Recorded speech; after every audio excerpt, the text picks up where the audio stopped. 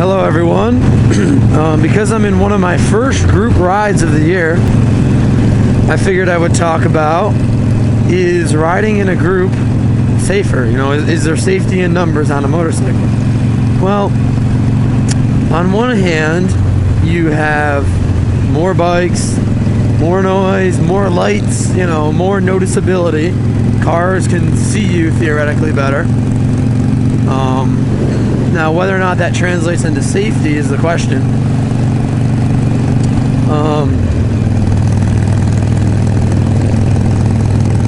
What do I think? Well, I think you are safer in a group if, and there is a big if here, every rider is up to your skill level.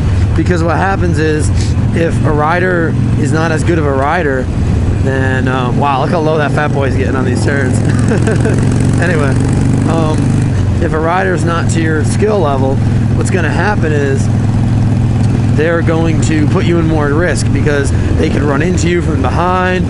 You could run into them if they crash. You know, there's all that kind of stuff. So it has to be a rider who really knows what they're doing.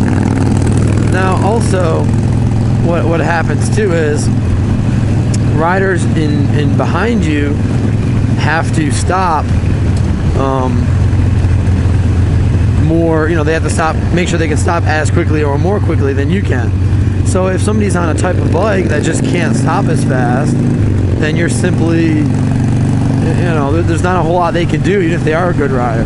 So you really have to consider how you position the vehicles, you know, position the bikes based on experience, based on stopping ability, and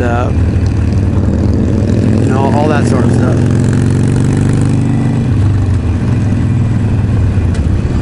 Now, another thing to factor in is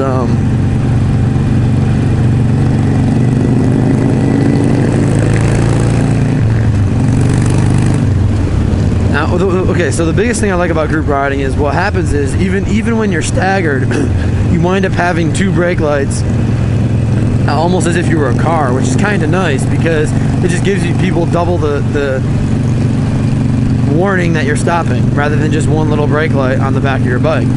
So it's kind of a nice advantage there. Now, also, what's really cool is being in groups. I think you're a little bit safer from harassment from the police, and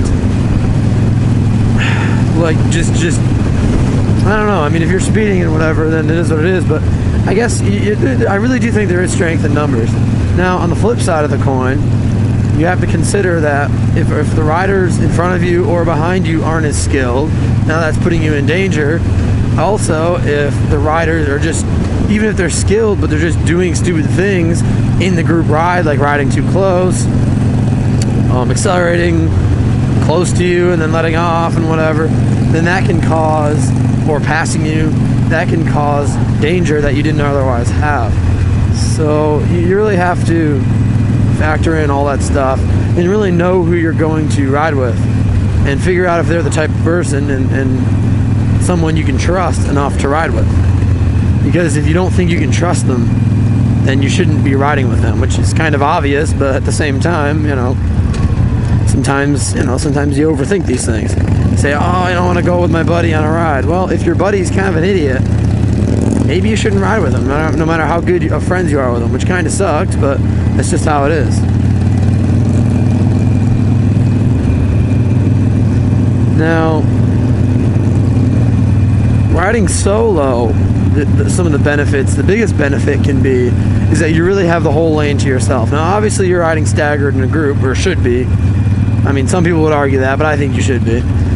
And so what happens is, oh, we're not turning there.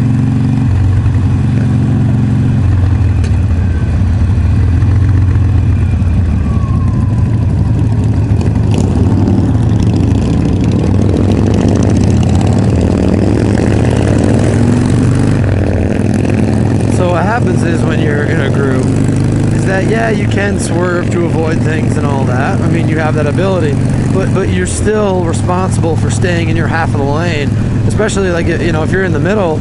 Now what's going to happen is you can't if you pull left and try to avoid something, and the person in front of you is stopping for it, you can hit them, and then the person behind you could also hit you. So you have to, you really have to like know what you're doing, and know that sometimes, sadly, you might have to come into a closer call with something or hit something so that you don't hurt your fellow rider. And it's kind of a morbid thing to say, sort of, but it can happen.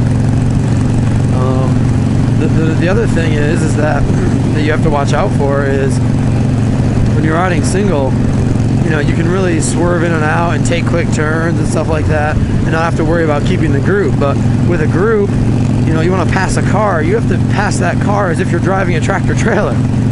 I mean, when you think about it, because you have a long string of bikes that have to make it around. So if you're a good leader, you're not going to screw your buddies and just let them get stuck or put them in a precarious situation trying to pass a slower vehicle. So it takes a lot of responsibility, especially to lead. It takes a lot of responsibility, and it's something that you really have to do enough to get good at it. You can't just hop on a bike and ride group rides if the only thing you've ever done is ride solo. I really think that the skills are somewhat different. Now, I've been fortunate enough to ride in groups for probably 30-40% of my miles that I've ever ridden on a bike.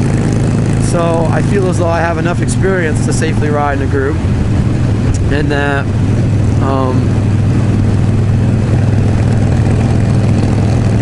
and that's perfectly fine. So anyways, that's kind of all I have to say on that. Stay safe out there, guys, and I'll be looking forward to hearing from you in the comments. Peace!